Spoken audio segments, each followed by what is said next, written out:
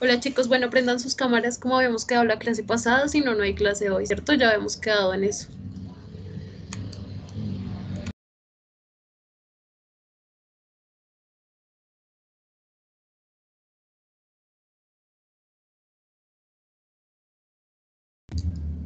Gracias.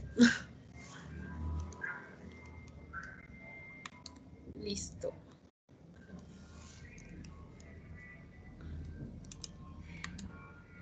Hola Nicole, ¿cómo estás? ¿Qué tal todo? ¿Cómo han estado? ¿Qué tal su semana? ¿Qué tal todo? Los Bien, demás, lo que cabe. los demás prendan sus camaritas, por favor.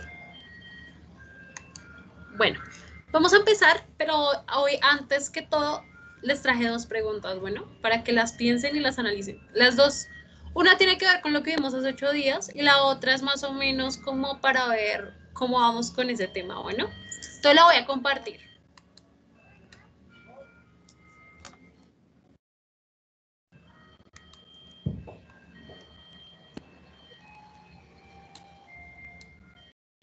Ya pueden ver la pantalla e ignoren al señor de los helados que está pasando por ahí.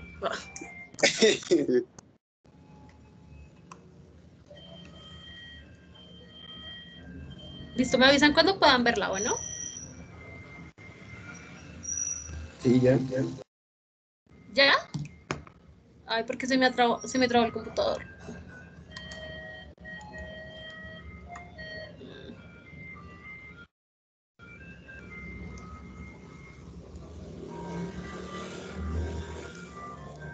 Dios, se me trabó el computador. ¿Ustedes pueden ver que tengo el computador trabado o no? Yo lo veo bien. ¿Sí? ¿No les aparece? ¿No responde? Bueno, mejor, ya ahora sí. Listo. Entonces, les traje estas dos que son sacadas del examen de admisión. Tengo más preguntas de la nacional, pero pues no vamos a resolver preguntas de la nacional, a menos de que no tengan que ver en este espacio con esto. Bueno, entonces vamos a ver estas. Creo que esas las habíamos tratado el semestre pasado, no me acuerdo. Si las trabajamos el semestre pasado, pues no hagan trampa. O si las tratamos o no, Nicole. Creo que no. Listo. Entonces, piénsenla, tienen hasta las 25, 7 minutos para que coloquen su respuesta en el chat. Bueno,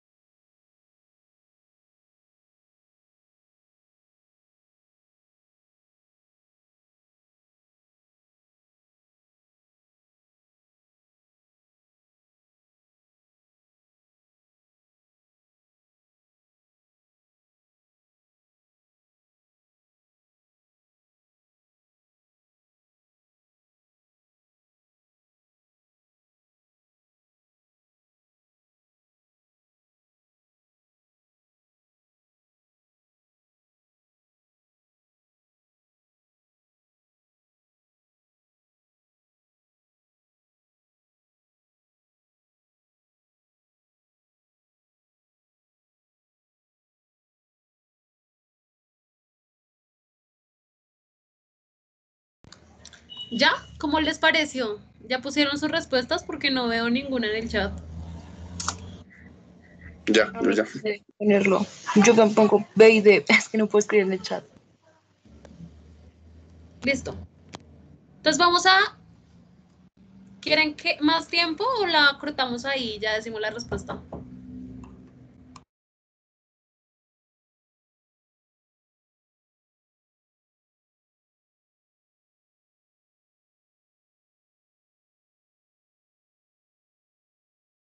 ¿Eran las ¿Listo? dos o Entonces ya. solamente una? Listo, vamos a ver. Ya dejamos de compartir. Camilo, ¿eran las dos o solo una? Así lo que dice Brian. Las dos, eran las Ah, dos. entonces B y D, sí. Listo. ¿B y D? ¿Todos B y D? Listo. ¿Quién me quiere explicar por qué de esta es la B?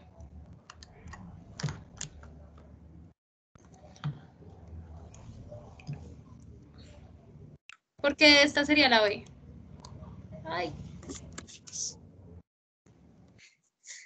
Pues hasta donde yo tengo entendido, cualquier persona que entre al territorio colombiano se tiene, ¿cómo decirlo? Se atiene, por decirlo así, a la consecuencia, a la Constitución. Y ya, entonces, ¿qué pasa? Que cuando tú entras a Colombia, cualquier ciudadano, sea extranjero o nacional, puede tener este derecho. Y hasta los niños, ¿sí? ¿Qué Que es es, o una sea, acción de tutela? ¿Me explicas? es cuando una acción de tutela es un mecanismo para, ¿cómo decirlo? Es ¿Cómo que salga no el me corazón? explico. Bueno, entonces, entonces ¿cómo saqué el corazón? Bueno, la acción de tutela es una forma de que te den respuesta rápidamente cuando se te está violando un derecho Un derecho fundamental. fundamental. Listo, muy bien. Y la segunda, Pero ¿por una qué pregunta sería la rápido, de una señor? pregunta rápido. Estos serían los mismos derechos constitucionales, ¿cierto? Sí, claro, Se todos escucha algo están en tonto, la pero sí. Constitución.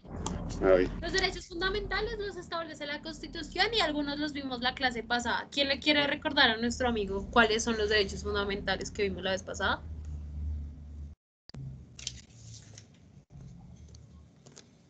Pues el de la vida, el buen nombre, a la educación. ¿Sí me escuchan? La educación tiene algo especial, ¿cierto? Que lo vamos a ver hoy. Pero, pues, básicamente los derechos fundamentales los vas a encontrar en el título 1 que se llama de los derechos fundamentales en la Constitución Política. Bueno, ahí están todos. Y de hecho hay unos que son muy importantes y que de pronto uno como ciudadano no los tiene tan presentes como el derecho de petición, pero son supremamente importantes. Listo. Entonces, ignoren que mi papá está gritando por allá abajo. ¿Y por qué en la 5 sería la D?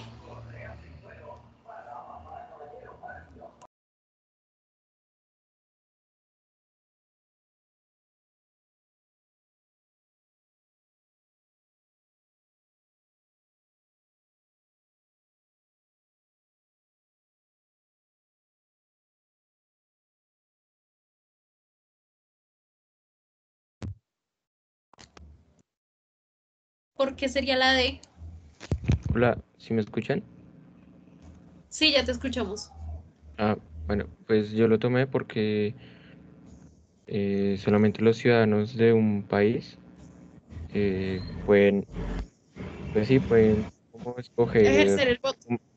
sí, exacto, su mandatario. Entonces, pues sonaría algo Listo, muy bien. extraño que... Entonces acá les voto una pregunta. ¿Un menor de edad es un ciudadano? efectivamente. Sí, pero ¿Segura? para votar Pero no tiene que votan. ser mayor de edad. Para votar hay que ser mayor de edad, ¿cierto? Entonces, un menor de edad no es un ciudadano. Un menor de Pero edad yo te, es una persona natural, pero no es un ciudadano. Ciudadano se es después de los 18 años cuando usted tiene su cédula y ya realmente adquiere responsabilidades de ciudadano. O sea, ciudadano yo simplemente tengo es una, la persona que puede ejercer derechos políticos. ¿Quién me está hablando? no, Pues Es caretas. que, yo, ok, perdóname.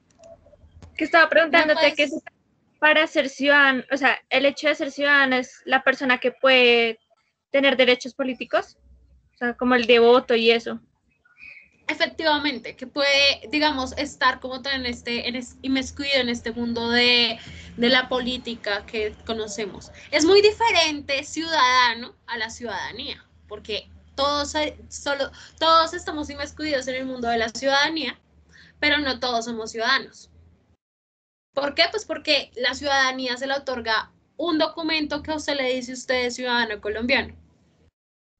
Mientras que cuando usted tiene tarjeta de identidad, ahí no dice que usted es ciudadano, usted dice que le dicen que es de nacionalidad colombiana, pero no es ciudadano porque no tiene responsabilidades ciudadanas.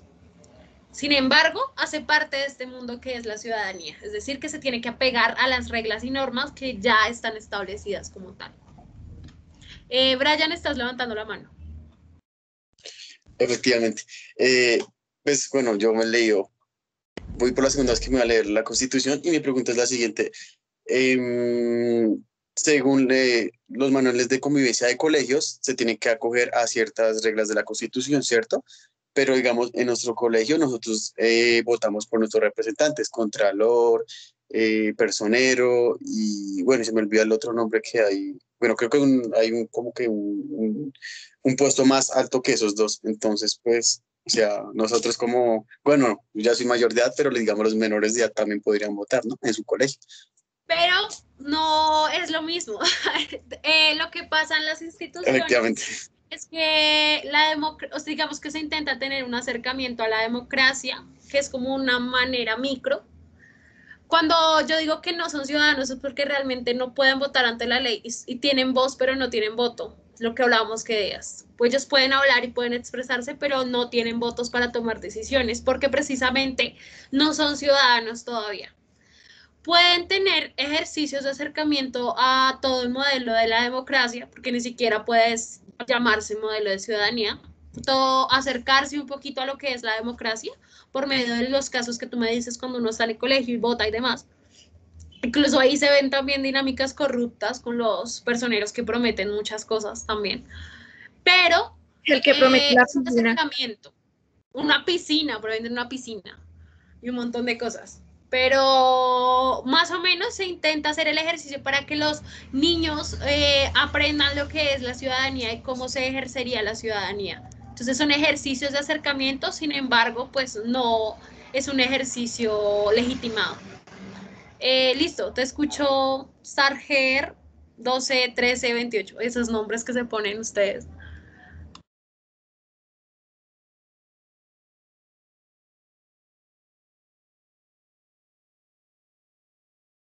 No te Bro, no estamos se te escucha. escuchando.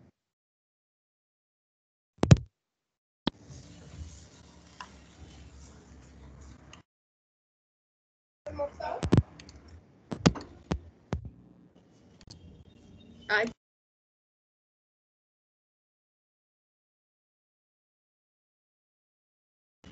no se te escucha. escuchamos, no te escuchamos la pregunta. ¿Y ahora sí? ¿Ya me escuchan? Sí, ya te escuchamos ahora sí. Mi pregunta era que además de la tutela, pues ¿qué otros mecanismos se pueden usar? O sea, pues para personas que son menores de 18. La tutela aplica para menores de 18 años. Esa es la manera más efectiva de hacer valer nuestros derechos ante la Corte Constitucional y ante toda esta rama judicial. Pero los menores de edad, así como lo decía la pregunta, por eso la respuesta era la B, ellos también pueden impartir acciones de tutela y no necesariamente las acciones de tutela tienen que ir escritas, sino que realmente uno puede ir ante el juez y a decir por qué le vulneraron sus derechos. En Colombia pasa algo y es que muchas instituciones por lo general tienen que instaurar acciones de tutela y pues en este caso pues son menores de edad. ¿Por qué? Pues porque Colombia aún con todos estos ejercicios de ampliar la cobertura educativa, pues todavía existe como un poquito de segregación y ustedes saben que la educación en Colombia es un privilegio, ¿cierto? Pero ahorita vamos a ver cómo funciona un poco ante la Constitución este derecho a la educación. Pero uno de los problemas que más defienden los jueces de acciones de tutela es precisamente esto, el derecho a ser educado. porque pues Colombia no lo alcanza a dar. Entonces la siguiente opción pues es entutelar al colegio para que acepten al niño en el colegio. Acá en Colombia se ve mucho. ¿En qué otro más se vería? Se vería en el derecho a la educación, en el derecho a la vivienda, en el derecho a la salud. El de la salud es el más porque las entidades de salud, prestadores de salud acá en Colombia son un robo. Y también se da en las entidades prestadoras de servicios públicos. ¿Listo? ¿Hay alguna duda hasta aquí? Sí, yo tengo una duda con respecto al derecho de petición, o sea, ¿en qué se diferencia con la tutela? ¿Cómo? No te entendí. Es que no. ¿Puedes hablar más duro? Dale, que no entiendo muy bien en qué se diferencia el derecho de petición con la tutela, o en sí que es un derecho de Ok. petición. El derecho de petición es diferente.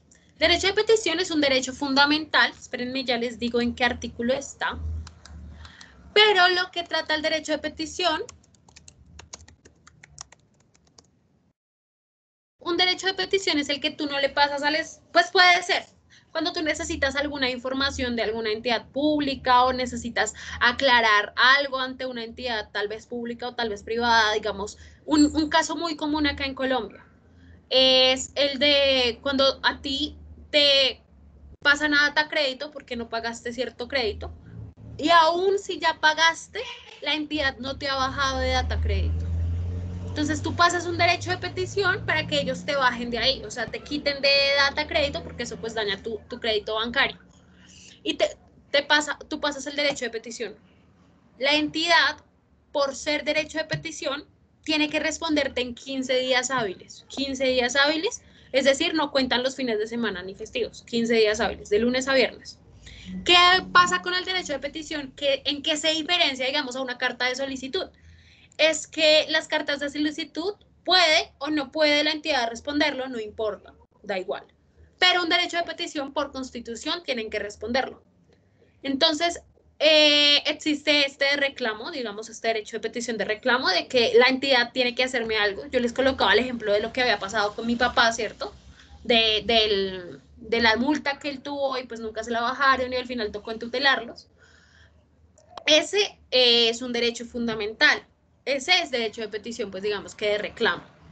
Existe otro que es, yo les coloco un ejemplo, yo estoy haciendo un trabajo para una materia que es analizar la política pública de mujeres y equidad de género en Bogotá, pero pasa algo, y es que la información o el documento de diagnóstico, que son más de 1000 páginas, no está en la página de la Secretaría de la Mujer. Entonces nosotros pasamos un derecho de petición de información. Un derecho de petición de información es que se supone toda la información de las entidades públicas deberían estar en las páginas web de la entidad, pero pues no están.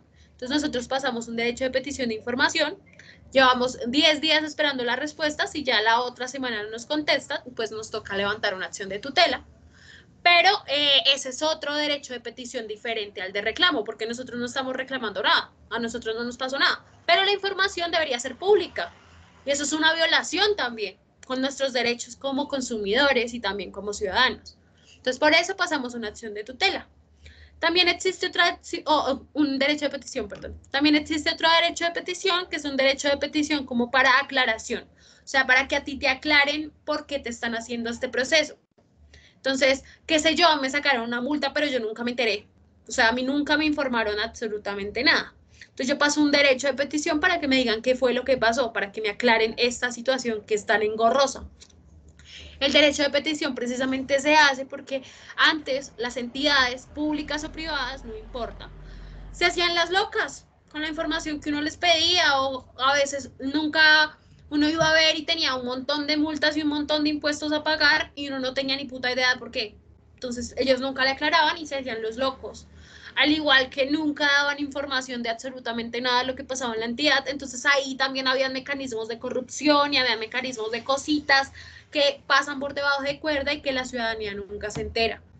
Entonces, con la Constitución de 1991 se intenta combatir esto y que la ciudadanía también tenga herramientas para defenderse ante las entidades. Recuerden, el derecho de petición no solamente es para las entidades públicas, pueden pasar un derecho de petición a las entidades y privadas. Hasta aquí ya queda un poquito más claro, Nicole, Carol, perdón. Sí, señora, muchas gracias. Vale. ¿Listo? ¿Alguna otra duda? Jimena, ¿Me ¿estás escucha? hablando? Sí. Sí. Sí, sí te Parece escuchamos. como un contraste podría ser que se diferencia del derecho de petición porque están violando un derecho fundamental. Digamos, el derecho de petición, más bien la empresa, la entidad no está cumpliendo correctamente con el servicio. ¿Se pasa un derecho de petición para qué? Para cuando una entidad o una empresa no me está brindando correctamente el servicio. También se podría pasar, pero en ese caso habría que ver qué entidad es. Digamos, si es la de servicios públicos, si a ti te hicieron algo con los servicios públicos son un derecho fundamental en Colombia, entonces tú pasarías ahí, en vez de derecho de petición, a una acción de tutela. Pero digamos, es una entidad privada, qué sé yo, ICETEX. Tú tienes un crédito en ICETEX, pero resulta que la universidad en la que tú estás estudiando te dijo, no, a mí no me consignaron el dinero de este semestre, entonces tú no puedes estudiar. Ahí la pregunta es, o paso un derecho de petición por violación perdón, una acción de tutela por el derecho a la educación, o paso un derecho de petición al ICETEX porque no consignó la plata. Entonces, ahí ustedes qué harían? ¿Cuál sería como la más lógica? Tal vez la tutela. Ustedes dirían que la tutela, pues no, porque es que el encargado de consignarle el dinero, pues es el ICETEX, porque yo tengo el crédito con el ICETEX, ¿cierto? Entonces yo pasaría un derecho de petición de aclaración al ICETEX para que me diga por qué carajos fue que no consignó el dinero, si fue que yo me atrasé en alguna cuota o si fue que algo pasó en mi proceso que no me dejó consignar el dinero, porque después de todo, pues en las entidades privadas, si tú no pagas, incluso en las públicas, si tú no pagas tu matrícula, pues no te dejan estudiar, no te están vulnerando el derecho a la educación, porque si tú no pagas no puedes estudiar, simple, punto. Y tú no pagaste el semestre, pues no te van a dejar estudiar. Entonces no es una violación como tal. Ahí tendrías que pasarla al ICETEX, porque él fue el que no desembolsó el dinero.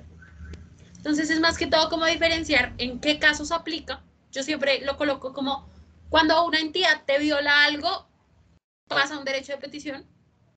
Cuando una persona te viola un derecho fundamental, pasa una acción de tutela. Eso es como lo más fácil de entender. Listo. Están levantando la manito. No sé si queda más claro, Jimena. Sí, muchas gracias. Listo. Vi que Harold estaba alzando la mano, pero ya la bajó y también está alzando la Brian. Entonces no sé si Harold tienes algo que decir o ya se te aclaró la duda o qué pasó. Listo. Entonces, Brian. Sí, pues, digamos, yo he hecho derechos de petición y no sé si esto ayude para aclarar, y es que un derecho de petición es como más a la entidad a la que de cierta forma te vulneró ese derecho. Sí, lo que ahorita tú decías, cuando ese derecho, esa entidad no la responde, ya tú vas como a los jueces competentes y ahí es donde se hace el derecho de tutela. Espero que con eso ayude un poquito más. Y recuerden que son Gracias. 15 días hábiles. Si al día 16 no le responden, pues ya los pueden tutelar. Por eso es que nosotros estamos esperando que pase esta semana a ver si nos contestan.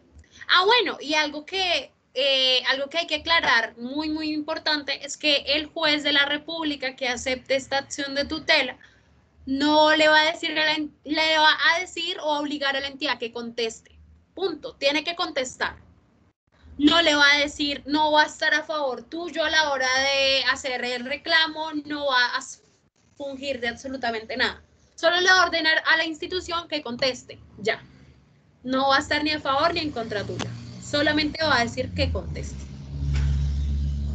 Bueno, ¿Cómo Harold, sería ¿estás hablando, sí? el... ¿Puedes hablar más duro? sí, ay, un momento.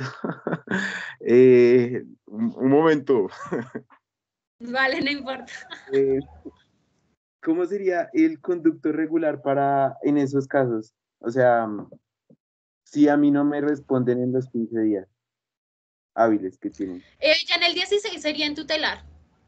Y la tutela, acuérdense que máximo, así máximo que mejor dicho, se demoran 10 días. En estos 10 días, recuerden que no son hábiles, estos 10 días no son hábiles, son 10 días desde que instauraste la acción de tutela hasta que te contestan. Si no te, o sea, si no te llegan a contestar esta acción de tutela en los 10 días hábiles, pues tú vas a la Defensoría del Pueblo para que te hagan valer tus derechos de acción de tutela. Pero el conducto regular o lo ideal sería que tú primero se lo pases a la entidad, pública o privada, no importa. Le pases el derecho de petición. A ver, algo que también hay que aclarar un poquito en esto de derecho de petición, y trato de resumir acá prácticamente 3 meses que tuve de clase de derecho de petición en la universidad, y es que tú, hay personas avaras, hay personas ladronas en la vida que a la ciudadanía que no conoce muy bien sobre esto de derecho de petición le venden una vaina así, o sea, como un libro supuestamente de derecho de petición. No, un derecho de petición es una página máximo con 2 o 3 de anexos. Los anexos son las pruebas. Algo que pasa en las entidades, más que todo públicas, sin embargo en las privadas también puede pasar, es que tú presentas un derecho de petición muy, muy largo, lo más probable es que así te respondan, o sea, te responden con cosas supremamente engorrosas y al final ni siquiera te lo solucionan. Entonces, ¿cuál es el consejo? Primero va lo que necesitas, después va el fundamento y después van los hechos y ya, punto, no va nada más. Si ustedes escriben muy enredado, la entidad les va a contestar muy enredado. Entonces, como ustedes lo redactan, así mismo les va a contestar. Entonces, escríbanlo en palabras coloquiales. Por eso es que es un derecho fundamental, porque es para todos. No importa que tengamos estudios y sepamos del tema del derecho de petición, o por el contrario, no sepamos nada, como en el caso de ustedes. No importa, escríbanlo en sus propias palabras. 15 días hábiles, nunca se les olvide. Y se puede pasar tanto a los públicos como a los privados. ¿Qué pasa en este caso, digamos, de que no respondan? Pues pueden enviar una acción de tutela, pues porque esto es el derecho de petición, es un derecho fundamental. ¿Y qué va a hacer el juez? ¿Qué va a hacer el juez? Va a ordenarle a la entidad pública o privada que conteste. Punto. No va a estar a favor de nadie. O sea, no va a decir, tiene que decirle que sí a lo que está pidiendo. No. Solo contéstele y ya. Punto. Ese sería el conducto regular. ¿Alguna otra duda? ¿Quedó clara la duda, Harold? Sí, listo. Otra preguntando, una tutela tampoco se responde, digamos, casos de que muestran en séptimo día, de que digamos la persona sufre de cierta enfermedad y que está solicitando un medicamento en específico, pero que no se lo dieron en cierto tiempo, en cierto periodo de tiempo, entonces en tutela, pero tampoco reciben una respuesta de esa tutela. Y es que lo que pasa es que estos casos de salud, pues digamos que la acción de tutela trata de ser lo más rápida posible. Pero entonces ahí yo les coloco, no sé, creo que fue una chica, Angie, no sé, no me acuerdo. Ella nos colocaba también el ejemplo de que ella habían tutelado y el papá, o sea, como que el papá había instaurado una acción de tutela, pero tampoco se la habían contestado. Entonces yo ahí, ¿qué les digo? Donde primero asegúrense de saber cuál fue el juez que resolvió la tutela. Segundo, vayan a la Defensoría del Pueblo, porque allá en la Defensoría del Pueblo instauraron una demanda contra el juez que les recibió la tutela y no les respondió. ¿Qué es lo más probable que pase en este caso? Que el Estado a ustedes los indemnice por no contestarles una acción de tutela, porque eso es un delito gravísimo. O sea, los jueces de la República que se encargan de las acciones de tutela no tienen nada más que hacer, solamente responder a acciones de tutela. Y donde la ciudadanía sepa esto, ya realmente la mayoría pasaría de ser pobre a rica, porque estas demandas de acciones de tutela no respondidas se van a demandas de millones. Entonces tengan mucho cuidado con eso, porque si no les llegan a responder, ustedes van a la Defensoría del Pueblo, ahí les hacen valer su derecho de acción de tutela y aparte de eso, pues también pueden indemnizarlos. Y si es un caso muy grave de vida o muerte, digamos como este caso del medicamento, lo más probable es que ustedes les indemnicen y les den muchísimo dinero. Entonces, los jueces de la República tienen que contestarlos sí o sí. Y si no les contestan, como en el caso colombiano, pues no crean que uno se va a quedar con los brazos cruzados. No, uno también tiene herramientas para que le contesten. Y más un derecho tan importante como es la acción de tutela. ¿Sí queda un poquito como más claro? Sí, muchas gracias. Listo. Igual la Defensoría del Pueblo está para eso, o sea, para ayudarnos a nosotros que no tenemos mucho conocimiento al respecto y por eso nos orientan, nos ayudan. Entonces, la Defensoría del Pueblo es una entidad muy bonita, la verdad, es una entidad en la que me gustaría trabajar en algún momento de mi vida, porque se encarga precisamente de eso, bueno. Entonces, hasta aquí alguna dudita, algo que no entiendan, algo que quieran como tratar. ¿No? Listo, hoy vamos a ver, antes de que, pues, estos 10 minutitos, antes de que sean las 4, porque ya a las 4 vamos a empezar como tal a solucionar las preguntas que ustedes trajeron, quiero que veamos algo que es supremamente importante y más para nosotros, porque no sé si ustedes han tenido la duda de por qué carajos tenemos que presentar un examen de admisión en la universidad y pasar a una universidad, incluso pagar una matrícula, mientras que en el colegio pues no pagamos porque hay colegios distritales y colegios oficiales del estado, los cuales uno pues no paga absolutamente nada. No sé si ustedes han tenido esa duda en algún momento de su vida. ¿Ninguno? Es que yo creo que yo tengo una duda. ¿Se me escuchan? Sí, sí te escucho. Es que la otra vez, yo me hacía como esa misma pregunta con un amigo que estudia Derecho y él me decía que no es lo mismo público a gratuito, que como tal en lo público sí te pueden cobrar. Y él me ponía el ejemplo del Transmilenio. El Transmilenio es público, pero tú tienes que pagar. Sí, que puede entrar cualquier persona, efectivamente, pero ¿cómo pagando? Entonces, efectivamente, y me acuerdo bien que en una época en la que creo que fue en el segundo mandato de Uribe, o en el primero, bueno, no me acuerdo bien, donde la educación pública tocaba pagarla. Sí, me acuerdo que me alcanzó a pagar por mi hermano y por mí. Entonces, eso. Listo. ¿Estás levantando la mano? Sajer. ¿No? Hola, No, pues, listo. o sea, hola, ¿sí me Lo que escuchan? tú dices... Ay, ¿estás hablando? Perdóname. ¿Ya me escuchan? Hola, Se ¿sí? escucha, es que se escucha muy lejos. Tendrías que acercarte como Hola, más al micrófono. Sí, ya ahora sí, gracias. habla.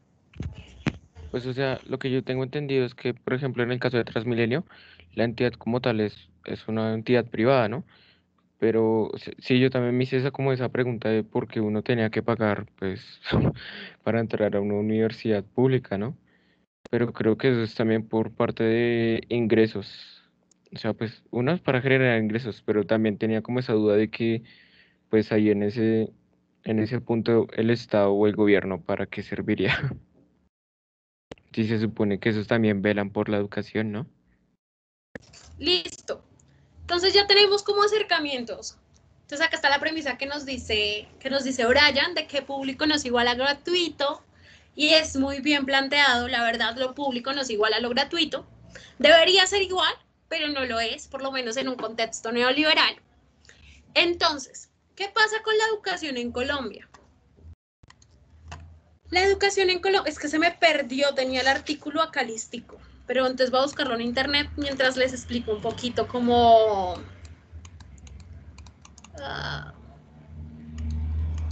¿Qué pasa con la educación en Colombia y por qué carajo si, no sé, nos es más fácil encontrar educación, digamos, básica, ¿cierto? Y cuando hablo de educación básica es hasta 9º grado, realmente. Y es precisamente porque la Constitución garantiza la educación, pero solamente la educación básica. ¿Entendieron? Solo la educación básica, es decir, solamente hasta 9º. Ahora en instituciones tanto públicas o privadas, en las cuales podrán dar educación básica e incluso educación técnica. Entonces, lo que sería 10º y 11 para nosotros. Y se va a decir que van a existir entidades de carácter público los cuales el Estado les ayudará como con una plática, pero no con toda, por eso es que tenemos que pagar una matrícula, y que la va a ser principalmente para garantizar este derecho a la educación. Pero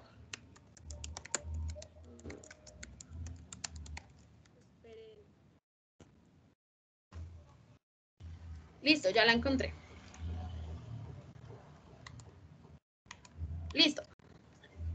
Entonces, ¿qué va a pasar? Van a existir entidades que van a ser de carácter público, pero no gratis, muy bien, como dice Brian.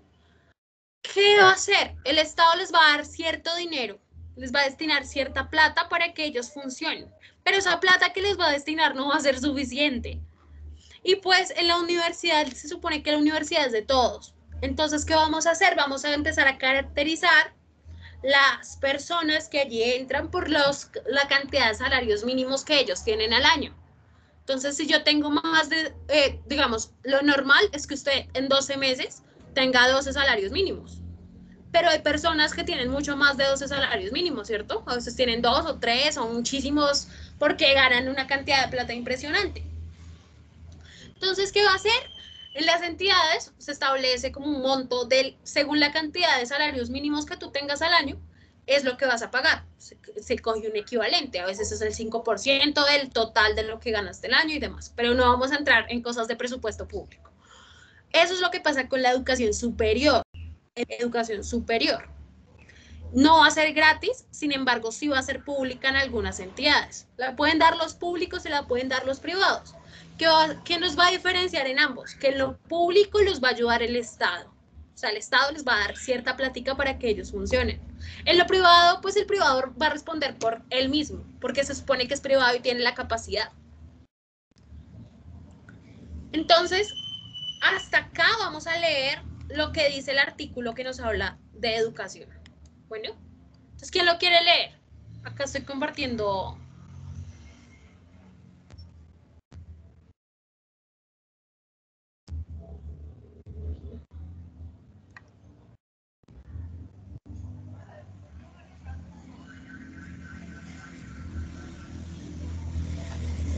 No, no es este. Ay, pucha.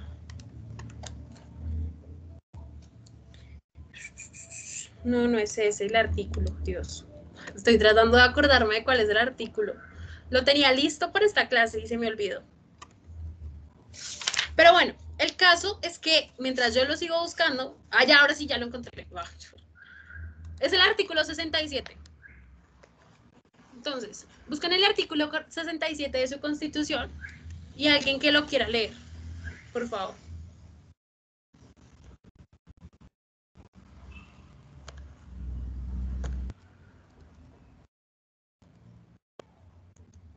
Hey, ¿alguno? Voy a proyectarlo.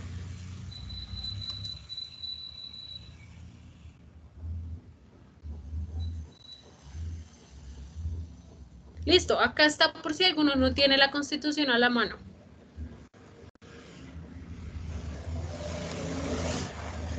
Esta es la parte que más me interesa. Entonces, miren, el Estado, la sociedad y la familia son responsables de la educación, que será obligada entre los 5 y 15 años, o sea, lo que les acabo de decir, ¿cierto? Hasta 9º grado. Que comprenderá como mínimo 1 año de preescolar y 9 años de educación básica. Entonces el Estado te va a responder hasta la educación básica. No le pidas más al Estado porque no te va a dar más. Entonces, la educación será gratuita en instituciones del Estado. Es decir, que no se va a cobrar absolutamente nada. Por eso es que es una falacia decir que después de la Constitución de 1991 en algún colegio público, público del Estado se haya pagado algo. Si ustedes tuvieron que pagar algo en un colegio público, realmente cuestionense un poquito de que los robaron, porque no se paga absolutamente nada, ¿sí ven? Es gratuito totalmente. Es gratuito. Por lo menos hasta 9º. ¿Y qué va a hacer el Estado? El Estado va a surgir para regular y ejercer como todo este proceso de vigilancia. ¿Por qué entidad va a ejercer vigilancia? ¿Qué entidad es la que se encarga de vigilar la educación? Secretaría de Secretaría Educación. de Educación. En el caso distrital y en el caso nacional, El Ministerio de el Educación. ministerio. Ministerio de Muy bien. Educación.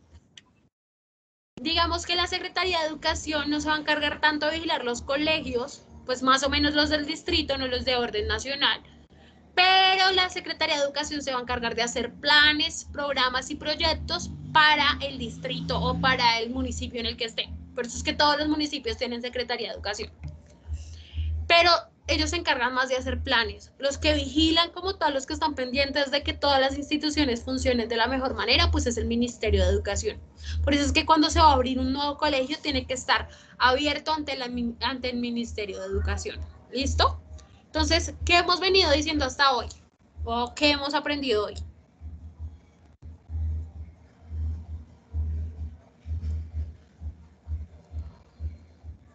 ¿O no hemos aprendido nada?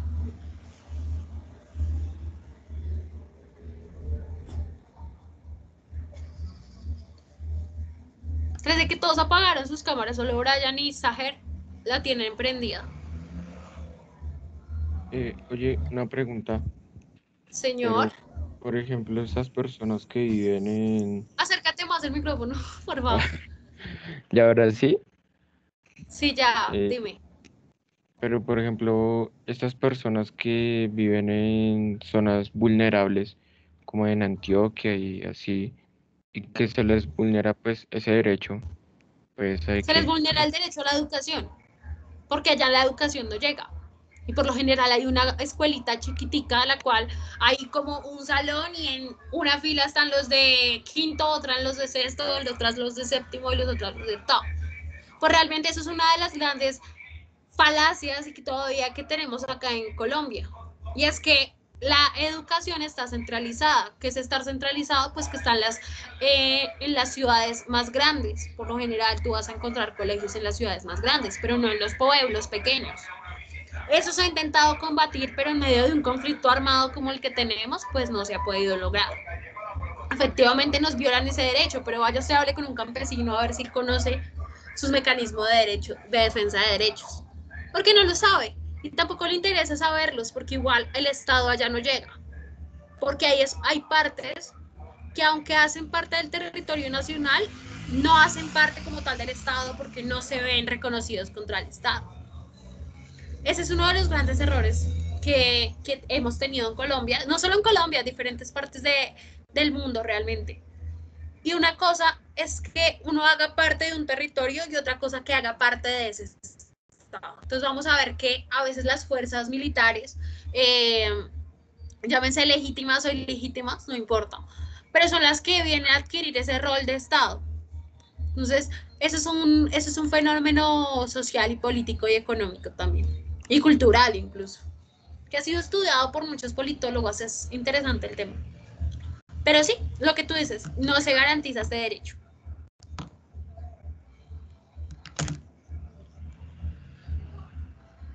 Se queda un poquito como más claro, pues realmente no se puede dar como mucha solución a eso, a menos de aclarar que vivimos como tal en un país centralizado todavía.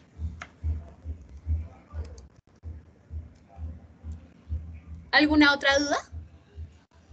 Algo que no hayan entendido, como tal me parece muy importante que entendamos como este derecho a la educación y también ver que no es un derecho fundamental en Colombia, sin embargo, pues uno puede instaurar una acción de tutela, o sea, que sea interesante, ¿no? O sea, que realmente tenga una base, pero no es un derecho fundamental, tampoco podemos exigir educación superior porque no nos la van a dar. Incluso la técnica tampoco es una obligación del Estado. Listo, alguien está levantando la mano.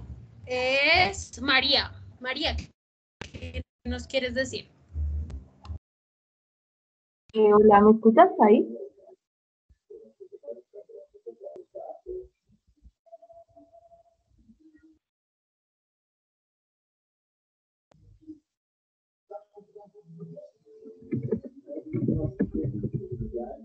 Sí, sí, te escuchamos. Ah, vale. Pues mi pregunta es que si, digamos, uno ya ha cruzado la edad de los 15 años y no ha recibido, digamos, que la educación de ningún nivel, ni de año preescolar ni nada, Sí, ¿hay Olga. alguna forma en la que uno pueda, pues, pedir que se le dé este derecho? Pues lo que te digo, si tú tienes la suerte también, si es realmente un estado, pues tú puedes en tu, porque es que también es complicado. Si tú ya tienes 15 años y no has pasado por un proceso de escolarización, es muy difícil entrar a una entidad. ¿Por qué es difícil? Porque tú tienes que pasar por un proceso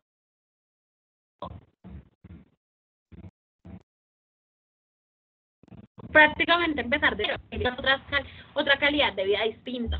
Sin embargo, pues tú puedes ir ante el Estado, igual el Estado te va a dar la ayuda. ¿Por qué? Porque hay muchísimos centros comunitarios los cuales te van a ayudar a ponerte al día.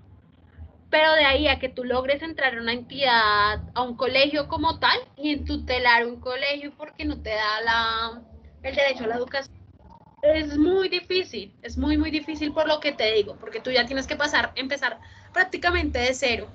Y también la exclusión que vas a sentir y todos estos procesos psicológicos por los que vas a pasar cuando puede que los entuteles y te vaya bien. Pero imagínate tú de 15 años aprendiendo a leer y a escribir con los de primero. O sea, no, va a ser un proceso súper traumático para ti. Tienes que pasar por un proceso diferente.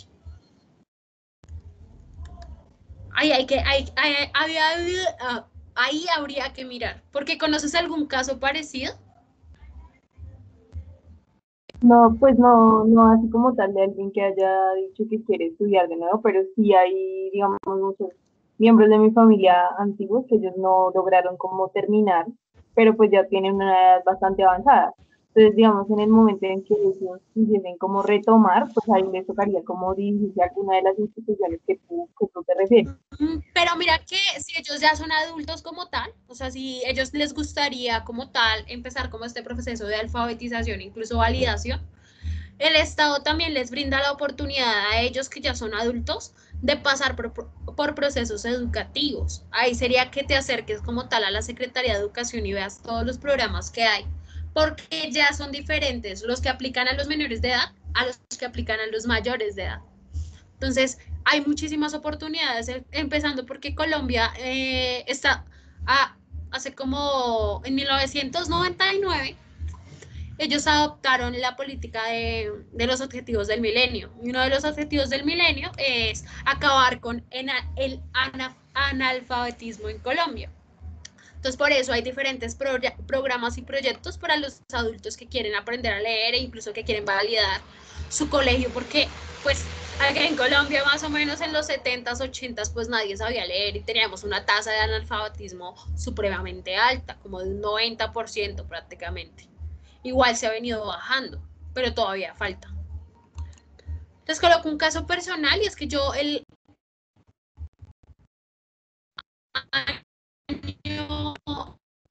año pasado hice parte de un voluntariado con niños pequeños. Todos eran de alguna u otra manera desplazados por la violencia en Colombia, víctimas del conflicto armado, y muchos de ellos, eran como 40 niños, y de esos 40, más o menos 20, la mitad, estaban desescolarizados.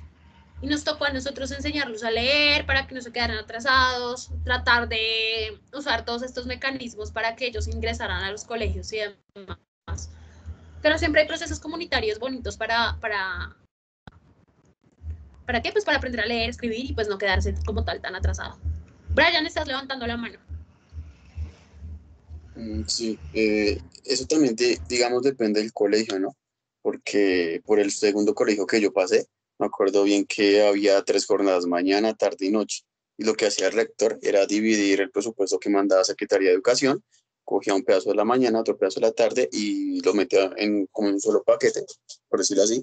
Y de esa forma él podía darle educación a las personas de la noche, que era como un proceso también de validación. Pero es que, digamos que la Secretaría de Educación y el Ministerio de Educación como tal no te dan plata por jornada, te dan plata por la cantidad de estudiantes que haya. Es decir, ellos pagan individualmente cada personita que estudia en el colegio. Por eso es que si habían las 3 jornadas, no, o sea, hay un acto ilegítimo ahí, en lo que me cuentas. Porque realmente por eso es que las secretarías tienen como tal, y tú estás registrado como estudiante de esta secretaría, porque a ti te paga la secretaría por este estudiante. Qué sé yo, voy a pagarle 500.000 pesos a este estudiante solamente. Y a este estudiante, a este estudiante. Por eso tú pasas la lista de cuántos estudiantes tienes. Entonces, es un poco ilegítimo, sí. No, o sea, es que eso se llama consejo, cuando es un consejo todo raro en la que se reúnen pues, el rector, representante estudiantil y profesores. A menos Lo que de que pasa, el colegio no haya sido como tal, espérame, a menos de que el colegio no haya sido público al 100%, o a menos de que este proceso de las personas de la noche fuera un proceso más privado que público. pues, o sea, lo que nos explicaba Galán, el rector, él nos decía era que efectivamente mandaban presupuesto por persona. ¿Qué pasa? Que depende de cuántas personas hubieran por jornada, así mismo mandaban, ¿me entiendes? Sí, porque pagan por las personas que haya. Por eso es que no había necesidad de dividirlo, porque si tú tienes 50 estudiantes en la noche y 100 en la mañana, pues te van a dar el presupuesto de 150 estudiantes. Uy, pues ahí no sé, yo sé Por hasta ahí. eso es que o sea, lo que te digo es, o sea, así es como funciona, porque el semestre pasado tuve que ver esa materia de presupuesto público, fue un complique total, pero eso es lo que pasa tanto en las universidades públicas como en los colegios públicos. A ti, el distrito o si es distrital, pues la Secretaría de Educación, y si es nacional, el Ministerio de Educación, te pide a ti como entidad que le pases unas listas de la cantidad de personas las cuales van a estudiar. Entonces, qué sé yo, este año a la Universidad Pedagógica Nacional ingresaron 1.000 estudiantes. Ejemplo, ingresaron más, obviamente, pero pues ingresaron 1.000 estudiantes. ¿Qué va a pasar? La Secretaría va a mirar estos 1.000 nuevos estudiantes. Aparte de eso, la universidad tiene que darle la lista de los demás estudiantes que ya están activos. ¿Para qué? Pues para desembolsarlo todo y pagarle por estudiantes. 5 o 6 millones por estudiante, no importa. Pero va a pagar individualmente cada uno de los estudiantes. Por eso es que es un robo al Estado cuando tú ingresas a alguna entidad pública, colegio, lo que sea, y no terminas. Porque ya el distrito pagó por ti o la nación ya pagó por ti. Entonces, por eso te digo, si hay 50 estudiantes en el día y 100 en la noche, pues la Secretaría de Educación lo que hizo fue desembolsarles la cantidad de plata para 150 personas, que son las que están como tal en la institución. Por eso es que es raro, hay un proceso ilegítimo ahí. Sí, sí, pues la verdad, ahí tocaría averiguar, porque no tengo la certeza si ese colegio antes era privado, pero digamos, yo estuve ahí y siempre ha sido, que yo sepa, ¿no? Siempre ha sido distrital. Sí, por eso habría que mirar, Mm. pero eso es un proceso de veeduría todo harto y qué pereza. Pero, o sea, hay gente que se dedica a eso, se dedica a hacer vedurías y a mí no me gusta, pero hay gente que le gusta. Más que todo con presupuesto. Yo no soy tan buena en presupuesto, debo admitir. O sea, soy un poco paila para eso, pero porque soy paila para los números. Pero como tal el mecanismo sí lo entiendo, pero a la hora de ejercerlo, de hacer análisis vertical y un montón de cosas, ya... Listo, Sajer, estás alzando la mano. Una pregunta, por ejemplo, con respecto a la nacional, pues que tiene tantas sedes y pues creo, si no estoy mal, es la universidad con más estudiantes. Ahí también el Estado entraría como a la parte de estructura. O sea, nosotros, Sí, por claro. ejemplo, pagamos y cuando nosotros pagamos, esa parte de ese presupuesto también iría dirigida a eso, ¿no? Es que, o sea, Sí, pero esa es que parte no la digamos entendí que muy las bien. universidades públicas tienen, o sea, las universidades públicas, primero el Estado les da una plata para que se mantengan, porque solas no pueden sobrevivir, obviamente. O sea, las universidades públicas solas no podrían sobrevivir. Entonces el Estado les da una plata para que se mantengan. Sin embargo, Las universidades públicas también pueden tener plata o adquirir ingresos por medio de otras cosas. La Nacional tiene muchísimas investigaciones, tiene muchos libros, tiene una tienda, tiene, mejor dicho, un montón de cosas para tener ingresos ella misma. Aún así no se puede mantener sola, porque una matrícula, o sea, lo que paga el Estado por un estudiante de la Universidad Nacional, el estudiante paga 70.000 pesos, no es nada, ¿cierto? Es como, el estudiante paga 70.000 pesos, eso no es ni la mitad de lo que vale la carrera. Es un apoyo para la universidad y todo, y esta matrícula va a la universidad, pero 70.000 pesos no alcanza, ¿cierto? Todos somos conscientes que una carrera pública, o sea, que una carrera universitaria no vale 70.000 pesos, o sea, nunca en la vida. Sin embargo, hace un promedio, lo que les digo, salarios mínimos y demás. Y el Estado le va a pedir a la universidad, páseme la lista de las personas que usted admitió este año, o sea, en la nacional por lo general se admiten de 3.000 a 5.000 estudiantes semestralmente. La universidad, el Ministerio de Educación, porque esto es a nivel nacional, les pide la lista y según la cantidad de estudiantes, uno a uno les va depositando 5 o 6 millones, eso depende de la carrera a la que vaya a adquirir. En la Universidad Nacional no todas las carreras cuestan lo mismo, ¿cierto? Como yo le voy a pagar lo mismo a un médico que lo mismo que le pago, sin desmeritar las carreras, a un filósofo, ¿cierto? O sea, es diferente, es materiales distintos, laboratorios diferentes, ta. Entonces el Estado lo que hace es clasificarlos y así mismo le desembolsa la plata a la universidad para que ellos puedan mantener a sus estudiantes allí. ¿Qué va pasando a medida de que la gente va desertando de las universidades? Bien o mal, o sea, ahí es donde los estudiantes la cagan cuando se salen de la universidad, mal parido, o sea, es un robo total, porque usted no terminó una carrera, usted no terminó la carrera, pero sí le hizo perder un montón de plata a la universidad. Porque, ¿qué pasa? El Ministerio de Educación establece unos, digamos, unos vínculos o unos métodos de evaluación. Entonces ahí va mirando como tal cuál es la deserción, cómo es la calidad educativa, qué tan contentos los estudiantes se sienten en la universidad. Hacen mejor dicho, un estudio de evaluación supremamente hardcore. Entonces, ¿qué pasa? Si la gente, yo tengo una amiga, ella desertó, ella pasó a una de las carreras más difíciles de la nacional, artes plásticas. Solo se abren 5 cupos en artes plásticas. Y la nena es de plata, o sea, no se los voy a negar, la nena tiene mucha plata. Ella pagaba de matrícula en la nacional 3 millones de pesos, o sea, tiene mucha plata. Y ella se salió porque la nacional entró en paro en 2018 y los papás le dijeron que cómo era posible que entrara en paro y demás, y ella se salió. El Estado ya en ella había invertido plata. Si ella tuviera que pagar mucho, el Estado ya le había invertido plata a ella. Entonces, después de eso, igual se siguió desembolsando el dinero, aunque ella no estuviese ya estudiando y no fuera estudiante activa, se sigue desembolsando la plata. Pero uno diría como, bueno, está bien, ¿cierto? Porque pues, aunque no tenga un estudiante, la plata sigue llegando. Uno pensaría algo así. ¿La universidad sale beneficiada? No. Porque en estos métodos de evaluación dicen, ok, pero entonces, ¿por qué? Si se supone que la calidad es tan buena y se desembolsa la cantidad de dinero y ¿por qué la gente deserta más de la universidad pública que de la universidad privada? Ese es uno de los debates. Entonces, nada, quitémosle el presupuesto porque usted no está usando ese presupuesto que yo le estoy dando. Usted no lo está usando y además la gente se está yendo de la universidad.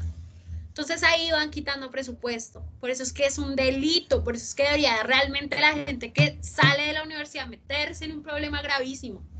Porque usted no puede entrar a robar así a la universidad. Porque hay gente que realmente la lucha mucho y que se presenta muchas veces y aún así no logra pasarlo, mi caso. Y que venga otra persona y robe a la universidad e incluso robe al Estado de esa manera. Eso es lo que funciona, así es como funcionan las universidades en Colombia. Obviamente tiene muchísimo más detrás, o sea, es una reglamentación jodida, dura, pero realmente es muy estricta. Con las universidades públicas, el Ministerio de Educación es más duro que con las privadas. Para que a la universidad nacional, a la universidad pedagógica, a la universidad distrital, les acrediten una carrera con alto nivel de calidad, realmente pasan un proceso muy largo y muy tedioso. Y entre ellos también analizan la cantidad de estudiantes que haya. Por eso es que se le designa más plata a una facultad que a otra. Por eso es que se le designa más plata a la facultad de ingeniería, que casi nadie deserta de ahí, que en la facultad de sociología, que la gente siempre tiende a desertar. Entonces, ahí también se va mirando. Y eso también sería un delito. Eso es un delito total. Y en otros países, realmente cuando la gente se sale de las universidades públicas, es una indemnización grandísima. Muchos países, yo veía el semestre pasado que me tocaba leer mucho sobre el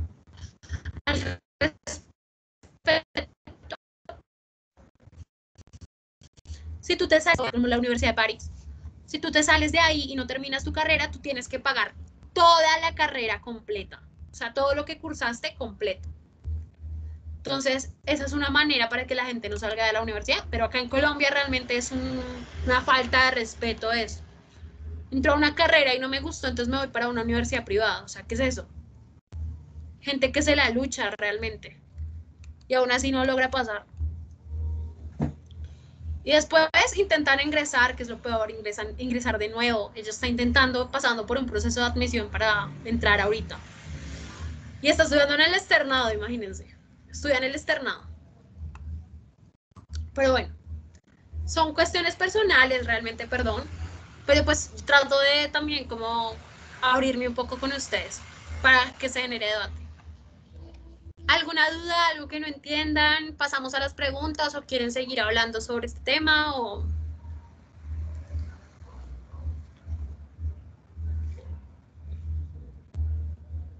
Listo, María. Una pregunta hablando de lo que tú estás diciendo. Si uno no se sale como tal de la universidad, pero cambia de carrera. Te cambias de carrera. La plata sigue girando. Te giran la plata. Es como si hubieses hecho un cambio a otra carrera y ya. Pero la plata va a seguir girando porque tú eres estudiante de la universidad. Eres tú la estudiante que se quiso cambiar de carrera porque algo no te gustó de la carrera. Pero te cambiaste, no te saliste de la universidad. Ya es distinto a uno cambiarse de la carrera, porque ya es un proceso más interno, que salirse de la universidad. Ok, vale, gracias. Listo. ¿Alguna otra duda?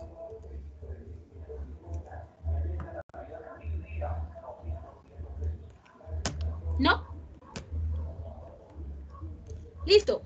Entonces, si quieren, vayan pasando por el chat las preguntas y vamos solucionando preguntas de aquí hasta las 5. ¿Les parece bien? Listo. Lo ideal sería que las compartan por acá porque hoy no tengo WhatsApp web porque tengo el celular como falla. Entonces, Oye, sería que las pasen por acá. Señor. es que yo no puedo entrar al chat, no sé por qué. O sea, Oye, no qué raro. ¿Todos pueden ingresar al chat o solamente le pasaba a él? A mí me pasa que no puedo enviar mensajes, no me dejan. Ok, por dos. no puede.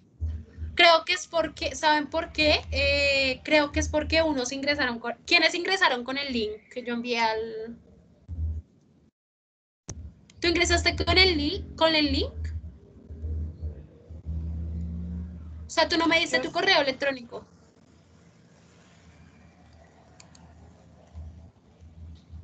Pues, o sea, yo entré con los dos, con el que mandaste a WhatsApp y pues también con el del Gmail, pero en ninguno de los dos me deja. Pero sí te llegó. Oye, es raro, porque las personas que ingresaron con el link, pero que no las había invitado por correo electrónico, por lo general casi nunca pueden como tal escribir en el chat. Pero bueno, no importa. Si quieren envíenlas entonces al WhatsApp y alguien que nos haga el favor de proyectarlas. ¿Quién nos quiere hacer el favor de proyectarla?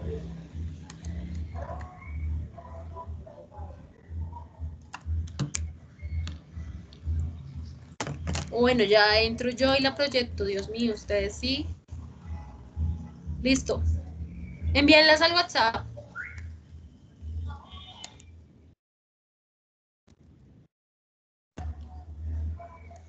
¿Cuál grupo?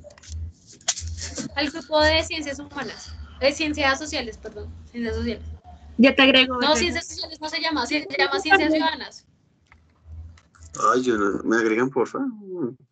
Escríbeme, te agrego. Nico, agrégalo.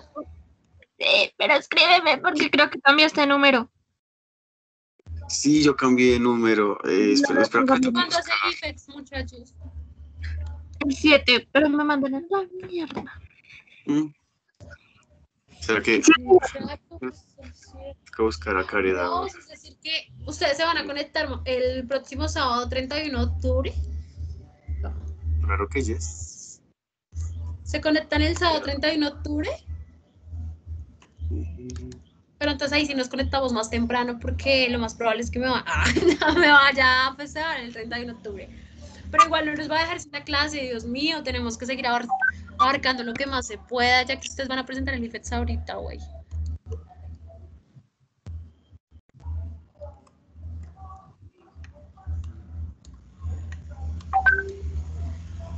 Caret, ¿sí te llegó mi mensaje? Sí, ya te agrego. Thank you. Vale.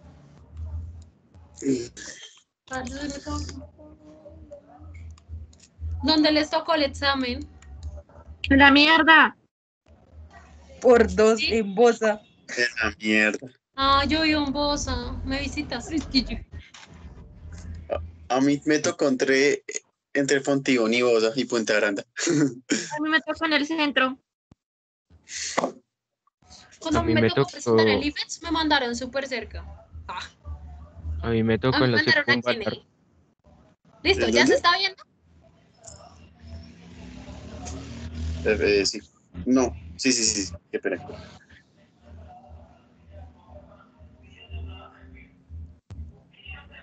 Bueno, ¿quién la quiere leer, chicos?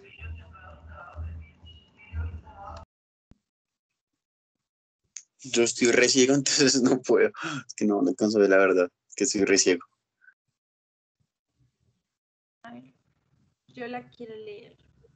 La nueva alcaldesa de una ciudad colombiana fue elegida por sus Dale, propuestas Jimena, para espera. proteger. Ay.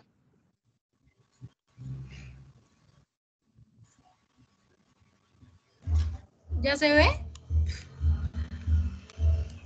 Sí, Maritza, se me trabó el computador. pero ahí se ve. No miren mis WhatsApps. Ah. Inevitable. Sí, en el Parce, se celular. me trabó el computador. ¿Cuál es la pregunta que estábamos mirando? ¿Era esta, cierto? No, era la de la alcaldesa.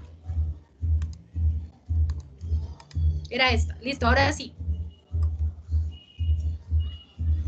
La nueva alcaldesa de una ciudad colombiana fue elegida por sus propuestas para proteger la naturaleza, las cuales fueron muy populares entre los ciudadanos. Una de las primeras medidas que intentó implementar fue la creación del apagón semanal ambiental, en el que los hogares y empresas deben desconectar los aparatos electrónicos y apagar las luces todos los viernes entre las 4 y 6 p.m. Quienes no participen en la jornada pueden enfrentar sanciones económicas, mientras muchos comerciantes y empresarios se opusieron a la medida por las pérdidas económicas que esta pueda traer. Otras personas salieron a las calles a apoyar la propuesta por su impacto pedagógico y medioambiental. Ante estas reacciones tan variadas, la alcaldesa decidió consultar a los ciudadanos para que sea la gente la que decida si la medida debe mantenerse o no. La alcaldesa puede realizar esta consulta. Leo las opciones.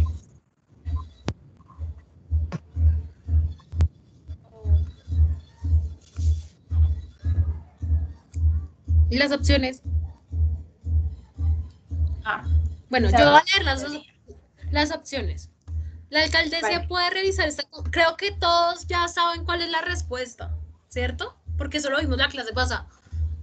¿La alcaldesa puede realizar esta consulta? No, porque en Colombia no existen mecanismos de participación para que los ciudadanos puedan tomar decisiones directamente. B, sí, porque en Colombia los alcaldes pueden provocar una consulta popular para tomar decisiones que afecten a los ciudadanos. Sí, porque en Colombia los alcaldes deben realizar consultas populares para tomar todo tipo de decisiones, entre ellas reformar la Constitución. No, porque en Colombia solo el presidente a través de decretos puede tomar decisiones que afecten a los ciudadanos y no a través de consultas. Listo, ¿cuál es la respuesta? De una.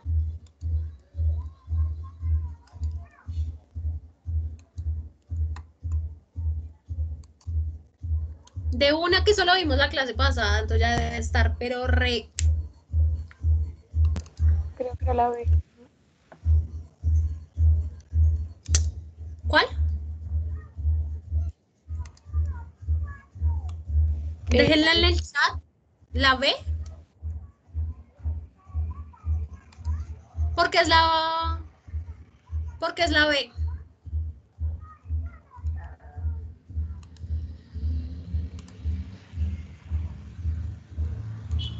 O porque es la respuesta que ustedes dicen.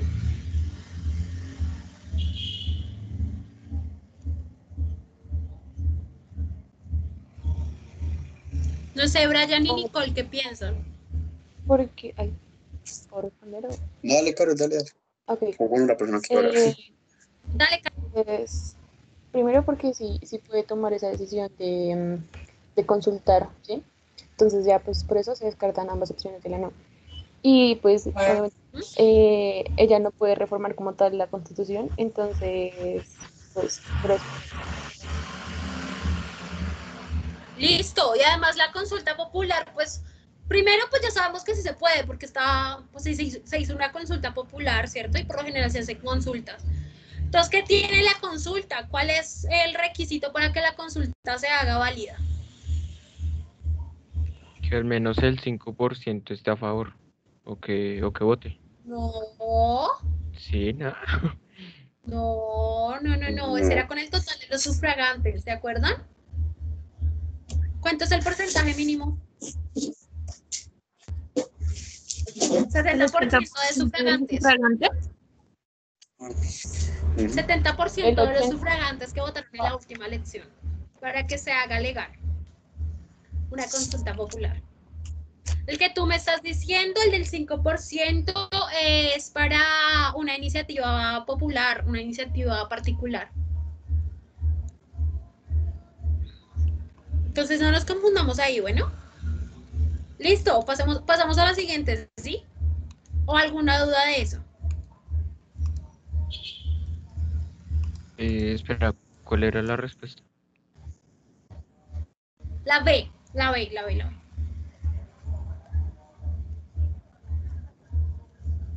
Listo, ¿quién quiere leer esa, chicos?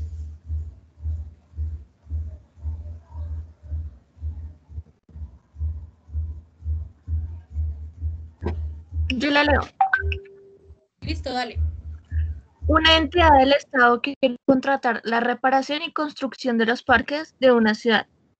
Al enterarse, un alto funcionario del Estado llama a su persona, no alcanzó a ver A la persona. A la persona encargada de escoger el mejor oferente y le exige que contrate a una determinada empresa. El funcionario explica que contratar a esta empresa es lo más recomendable y que la empresa tiene mucha experiencia en este tipo de construcciones. Además que le conoce de primera mano. Porque la dirige uno de sus familiares. La persona a cargo de la contratación no accede a la petición Ajá. y considera que puede denunciar al funcionario. A la luz de la Constitución, ¿por qué puede denunciar al funcionario? A, por postular un oferente que, según su juicio, tiene amplia experiencia en construcción y reparación de parques. B, omitir detalles acerca de los vínculos personales que lo relacionan con la empresa de construcción que quiere contratar. C, por abuso de autoridad, pues su propósito era influir en la decisión y obtener un beneficio propio antes de un beneficio común. O D, por negligencia, pues permite la contratación de una empresa distinta a la que él recomienda reparar al inicio de las obras pactadas. ¿Cuál es la respuesta de esa?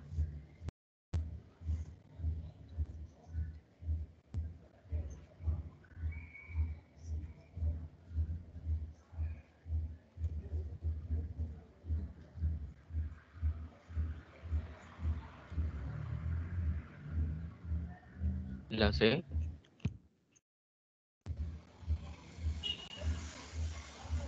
Listo, puede ser la C. ¿Cuál otra?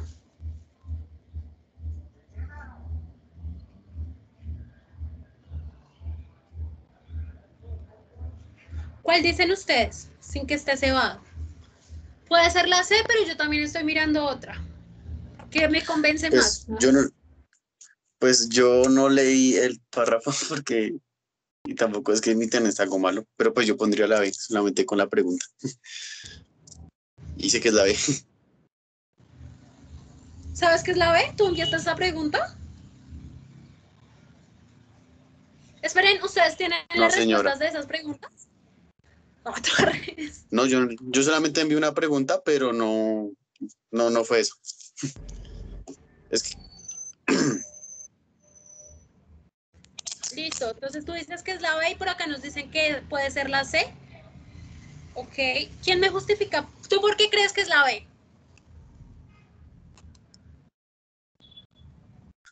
¿me puedes volver a poner la pregunta? ¿La pregunta? Un poquito, para argumentarla mejor. Esa pregunta está muy interesante, ¿saben? Está súper interesante. Pero me parece una pregunta muy ¿verdad? Pues dice, a la luz de la Constitución. ¿Será que tienen las respuestas? ¿Me la pueden pasar por el inbox? Pues yo las envié, pero no venían con respuesta ni nada. Listo, dale.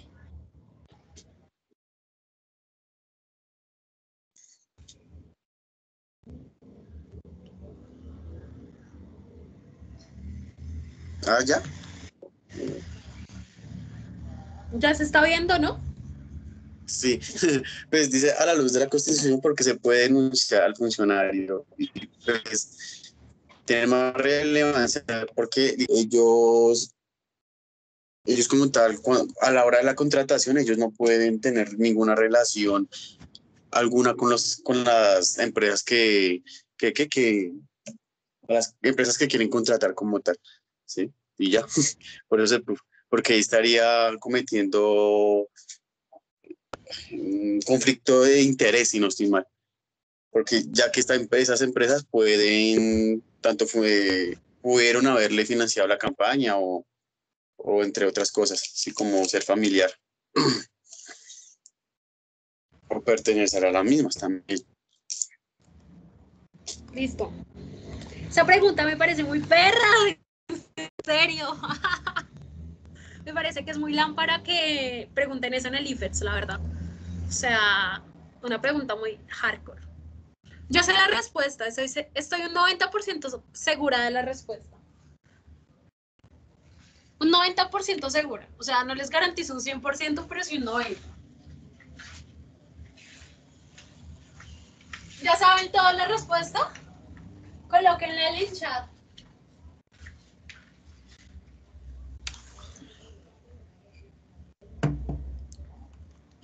¿Quién me quiere justificar por qué es la C? Nico, ¿por qué crees que es la C?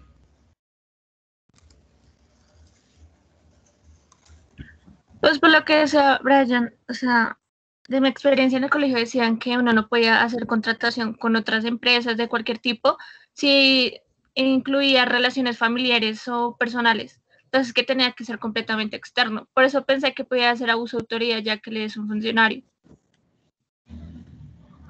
Ok, otra persona que quiera decirnos.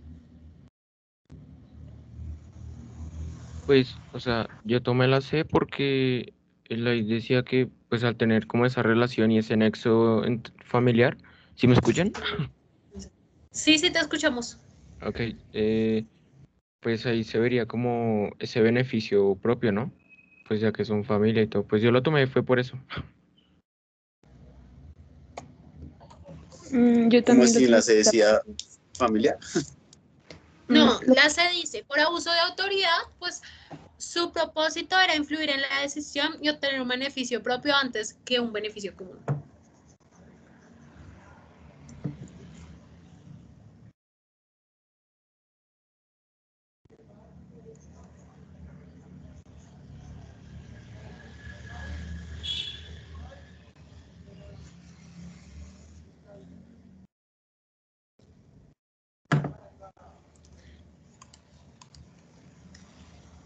Listo. ¿Quieren saber la respuesta? Les voy a explicar primero cómo funciona este proceso de contratación. Como para que ustedes lleguen a la respuesta por ustedes mismos y sepan cuál es la respuesta. Cuando hay un proceso de contratación, pues ustedes saben que es un privado. Sí, ahí está la palabra. La palabra clave se exige. Entonces, se supone que para que este proceso sea transparente, pues deben haber múltiples ofertas. Para hacer un proceso de contratación es lo más harto que existe. O sea, es muy harto, en serio. O sea, porque tú tienes que hacer estudios previos, porque tienes que estudiar a tu mercado, porque o sea, la entidad que va a contratar tiene que hacer todo lo que haría una entidad privada para postularse. O sea, es prácticamente un trabajo horrible. ¿Qué pasa con estos procesos de contratación? Que esta es la cuna de la corrupción. O sea, en los contratos está la corrupción. Y el Estado se ha ideado muchos mecanismos como la subasta inversa, la licitación y otros tipos de mecanismos. ¿Qué pasa? Y esta ya ustedes van a llegar a la respuesta sin necesidad de yo decirlo. ¿Qué pasa? Que este proceso tiene que ser totalmente limpio. O sea, tiene que ser limpio. Se tiene que escoger al mejor. Siempre se tiene que escoger al mejor. ¿Cómo se escoge al mejor? ¿Cómo se escoge al mejor? Esa es la pregunta. Pues se escoge al mejor porque lleva muchos años, se escoge al mejor porque aunque es más barato, pues la relación calidad-precio pues es valerosa, pero nunca en la vida, perdón, nunca, porque ya sería un proceso corrupto, un funcionario debe escogerlo por lazos familiares o lazos emocionales. Nunca se puede escoger de esa manera.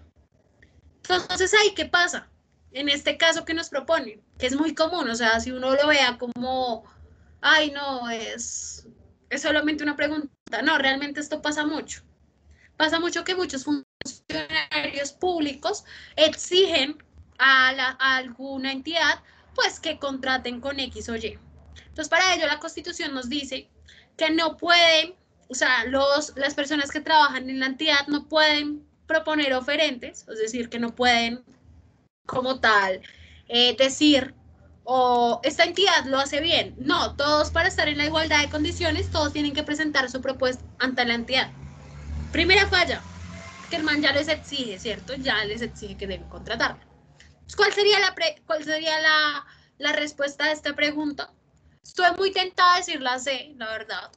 Estoy muy tentada de decir la C, porque lo que digo, ¿cómo sería uso de autoridad? Porque él está exigiendo como tal, pues a la entidad contratadora que lo contrate.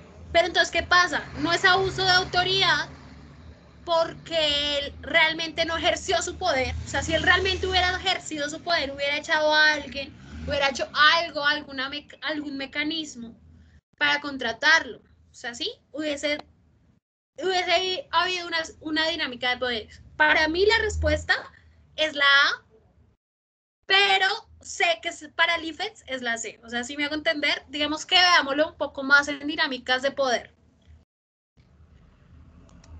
Mire, es que algo que me enseñaron en el colegio es que no siempre lo que dice el IFETS es lo que realmente es. Si fuese como tal, como lo plantea la C, que fue abuso de autoridad, él hubiera usado su poder, o sea, hubiera usado el poder que tenía para contratar a la entidad, bien o mal. O sea, el otro funcionario no pudo haber dicho que no, o sea, porque está presionado por otra persona, ¿sí? el funcionario no pudo haber dicho que no. Pero ¿qué nos dice la pregunta? ¿Él lo contrató o no lo contrató? No. Él no lo contrató, ¿cierto? Entonces, ¿fue abuso de poder, sí o no?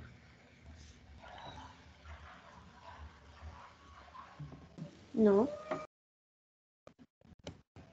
No, ¿cierto? No fue abuso de poder porque realmente él no ejerció como tal una dinámica de poder. ¿Mm? O sea, él no lo obligó, él no le hizo nada, él solamente lo sugirió. No lo obligó.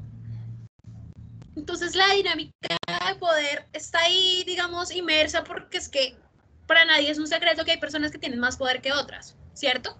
Porque estamos en una pirámide jerárquica. Si el man realmente hubiese abusado de su poder, pues lo que hubiera hecho era contratarlo sin siquiera preguntarle al otro. Lo contrata y ya, punto. Eso pasa en la vida real. O sea, la vida real, viene un oferente y a usted le dicen contrátelo y ya, y lo contrata. Si este man no tenga ni puta idea del tema. Pero el IFETS metió como una palabra clave para que ustedes digamos, se vieran a la respuesta, que es la palabra exige. Pero entonces ahí yo les pregunto lo mismo. ¿Él realmente le exigió? O sea, ¿él realmente abusó de su poder? ¿Hola? ¿Realmente él abusó de su poder? No, ¿cierto? Pero sí cometió un delito. Que es lo que nos plantea la A, ¿cierto?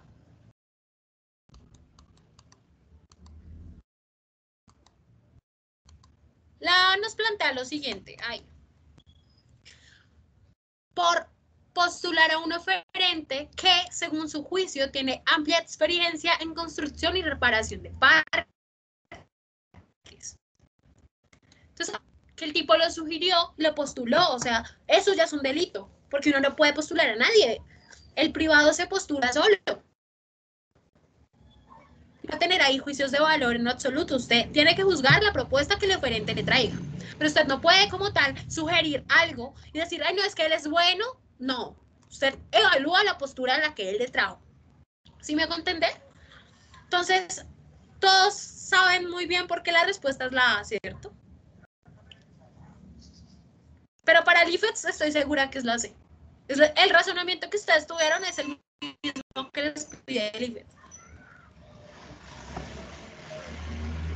Pero si se entendió o quieren que les repita algo. Es que yo esa pregunta no alcanzo a verla bien, pero así una pregunta. Pero es muy estricto el sugerir a postular, ¿no? Es como tal, creo que puede sugerir, pero no lo que hizo él, hasta donde entendí. O sea, ¿Puedes hablar más duro? Es que no te estoy entendiendo. O no sé si soy solo yo, pero no te estoy entendiendo. Espérame, creo que ya le subí el volumen, ¿sí? Listo, dinos. Pero creo que, o sea, si no estoy mal, o sea, no estoy seguro, creo que él sí puede sugerir, no más postular. Y lo que, hasta donde me acuerdo, él lo que hizo fue sugerir, no más postuló. No se puede sugerir. ¿Por qué? Pues porque eso ya está dañando un proceso de transparencia. Que buscan los contratos, que allá no haya como tal una cuota, que realmente no hayan vínculos, que el que gana el contrato sea porque realmente lo merece, no porque hubo un oferente que bien. Usted tiene que presentar su propuesta. Si usted, miren, les coloco un ejemplo. Cuando yo vi derecho contractual, nosotros tuvimos que fungir de los dos, ser la universidad, la entidad pública y también ser la entidad privada. Nosotros teníamos que venderle a la SAP unos, ¿cómo se llama? Implementos para salón. Entonces, ¿qué pasa? Usted cuando lo va a evaluar, usted pasa esta propuesta. La pasó, punto. A mí usted no me tiene que mirar que porque yo soy su amiga, que porque usted ya me había hecho otro trabajo. No. Para nada. Si usted pasó esto es lo que yo a usted le califico. Punto. Usted nada más. Porque usted me pasó esto, está su propuesta. No va a haber juicios de valor. No se puede. Daña la transparencia. en los contratos. ¿Qué pasa eso? Se sugiere, se dice. Eso está mal, eso es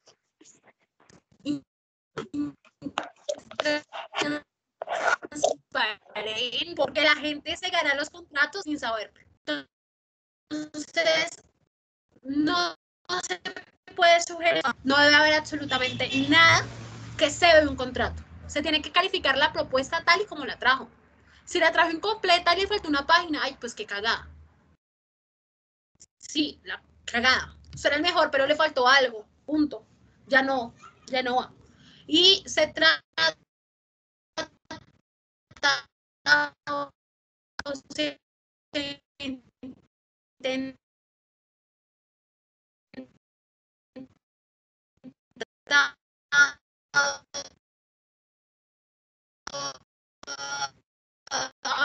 partir de si no lo contrato, si no lo contrato, pues se va. No, o sea, así no sucede. Tiene que ser un proceso transparente. Entonces no se puede ser transparente. Lo más posible. En Colombia no pasa, pero debería ser así. ¿Sí queda más claro, Brian? Ay, el audio se está cortando, es por mi internet. Tengo internet, claro, muchachos. Listo, resolvamos la última pregunta antes de irnos. Tengo una función esta noche por si quieren ir.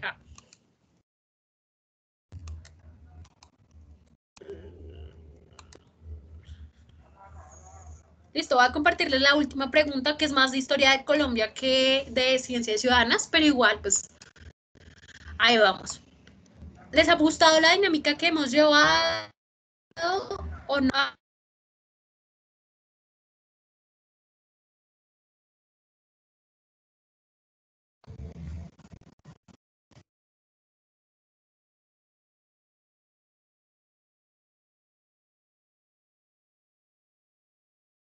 No se escucha, no se fue. Sí, se fue. Camila. Sí, se fue Camila. Marica. Hay que echar chismecito. Creo que ya no respondimos más preguntas. A hacer la misión. Entonces, ¿se fue? Creo que sí se fue.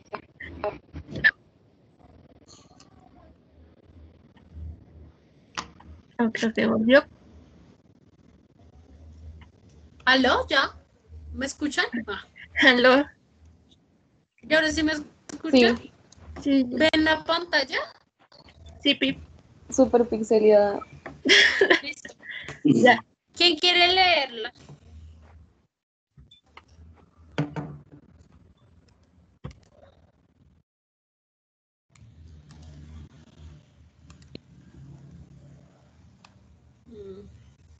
Si está la grabación. Dios mío, ojalá quede la grabación porque...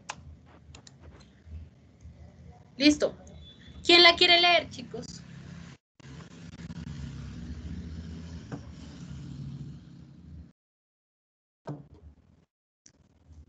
Yo. Listo, dale.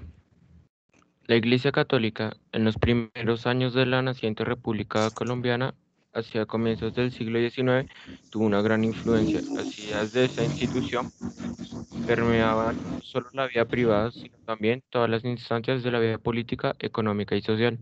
Teniendo en cuenta lo anterior, es posible entender que las reformas liberales de mediados del siglo XIX en Colombia impusieron restricciones a la gestión de la Iglesia Católica porque no veo las opciones.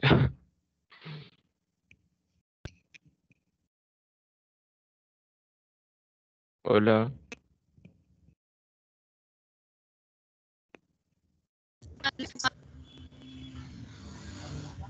¿Aló? Sí, sí. A. Los principios de esta institución sobrepasaban el proyecto de construcción de nación propuesto por los liberales. B. Las características Listo. económicas de la institución chocaban con las propuestas por el liberalismo económico. C. Dicha institución determinaba las ordenanzas morales de los ciudadanos, impidiendo con ello la libertad de pensamiento, perdón. Y D. ¿Puedes quitar mi cara, por favor? Listo, ya, no sé, creo que mi internet está súper lento y no sé, no está ocurriendo en tiempo real. Ah, ya. Su marco ideológico estaba atado a las condiciones europeas de la época y no a la realidad americana del momento. ¿Cuál es la respuesta, muchachos?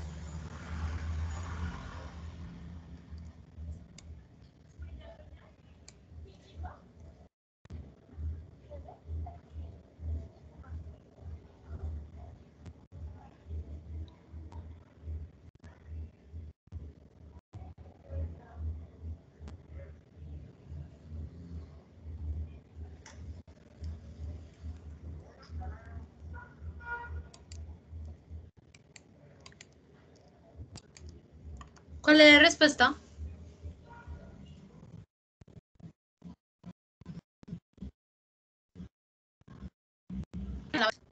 Eso lo vimos el semestre pasado.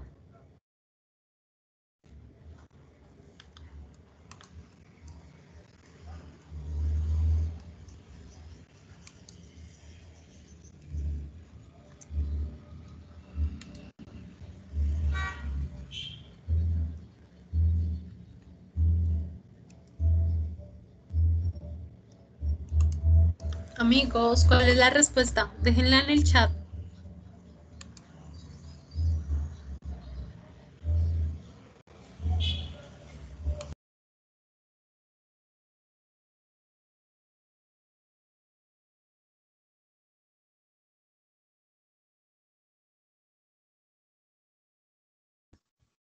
¿Cami, estás hablando? No. Ya, ahora sí, ¿ya se me escucha? Sí, ahora sí. Listo. Entonces por acá nos dicen que puede ser la A. ¿Qué dicen los demás?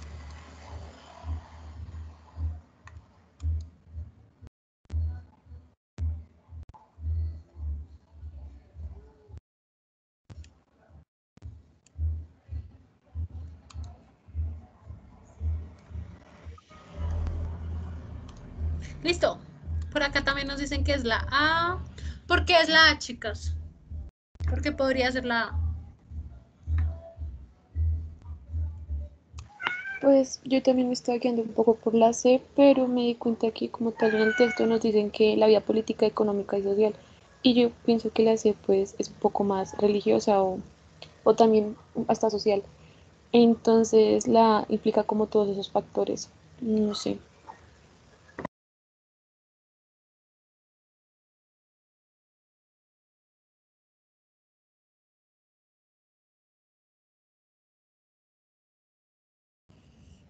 ¿No me escucharon, cierto?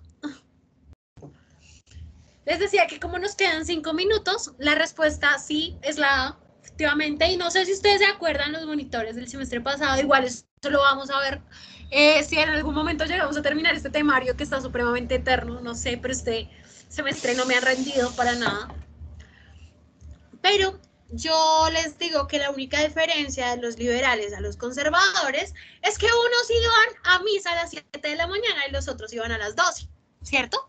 Entonces es un poco absurdo pensar que realmente ellos se metían con las vainas morales. No, a ellos lo único que les interesaba era que la iglesia se quedara por allá quietica y el Estado pudiese dominar, pudiese actuar de la mejor manera en todo este proceso. Entonces ellos nunca afectaron la moralidad, o sea, lo que les digo, la única diferencia entre liberales y conservadores es que unos iban a misa a las 7 de la mañana y los otros iban a las 12. Entonces ellos no se metían en la moral para nada, de hecho ellos todavía seguían siendo católicos, lo único que propusieron fue que la iglesia no se metiera en las decisiones del Estado. Las reformas liberales, uno de esos puntos, eso no nosotros no lo tocamos, o sea, las reformas liberales no lo tocamos, pero pues sí les dije la frase de la iglesia, ¿cierto? Para que se entendiera un poquito mejor. Entonces sí, los principios, las reformas liberales no las vamos a ver, son largas, son extensas, no creo que las necesitemos. Con lo que sepan que los liberales proponían un estado laico donde no dejara de existir la iglesia, pues porque todo el mundo era creyente, además la iglesia es una forma de dominación, pero que sí si pudiesen como tal ellos tomar sus propias decisiones. La respuesta es la A. ¿Alguna duda?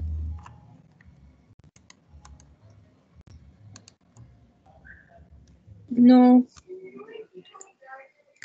Listo, chicos.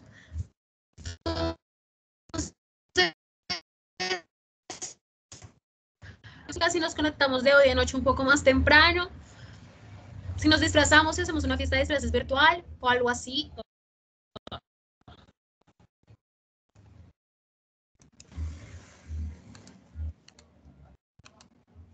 Pero todos tendrían que prender sus camaritas. Y yo me vengo pintada. Y hacemos algo, hacemos la clasecita, pero también podemos hacer como una fiesta de disfraces virtual y todo. Pero entonces tengan sus celulares o sus cosas para podernos ver. Podernos ver mientras tenemos nuestra clase y después podemos hacer algo. Me he hecho un cuento y todo. Me he hecho un cuentico para que lo escuchen. Entonces, sí, se saca el que no prenda la cámara, compañeros. Entonces, nada, eso, así quedamos de hoy en 8, que es 31 de octubre. Y la verdad es que nunca en bus, en la historia de bus, nunca habíamos tenido un grupo en clase hasta octubre. O sea, siempre van hasta septiembre porque el examen es en septiembre. Entonces, qué emocionante tenerlos. Igual, pues si algo hacemos como algo. Y, muchachos, espero que les vaya muy bien en el IFETS. Igual, pues nada, todavía les queda tiempito para estudiar. Si tienen alguna duda de algo, ustedes saben que pueden decirme. Yo me demoro un poquito en contestar porque estoy haciendo 1000 cosas, pero les contesto. A veces les contesto muy rápido, a veces me demoro en contestar, pero siempre les contesto, bueno. Entonces, chao, que estén muy bien. Ojalá la grabación quede y si queda, pues la subo al grupo, al canal de YouTube. Que tengan una buena tarde, que duerman mucho, hagan sus tareas y nos vemos el jueves, bueno. Vale, muchas gracias. Que estés bien. Gracias. Gracias. Nos vemos el 31 para pedir dulcecitos. Sí, no, invítense en algo, háganse en algo en la carita para poder, ¿cómo hacer algo?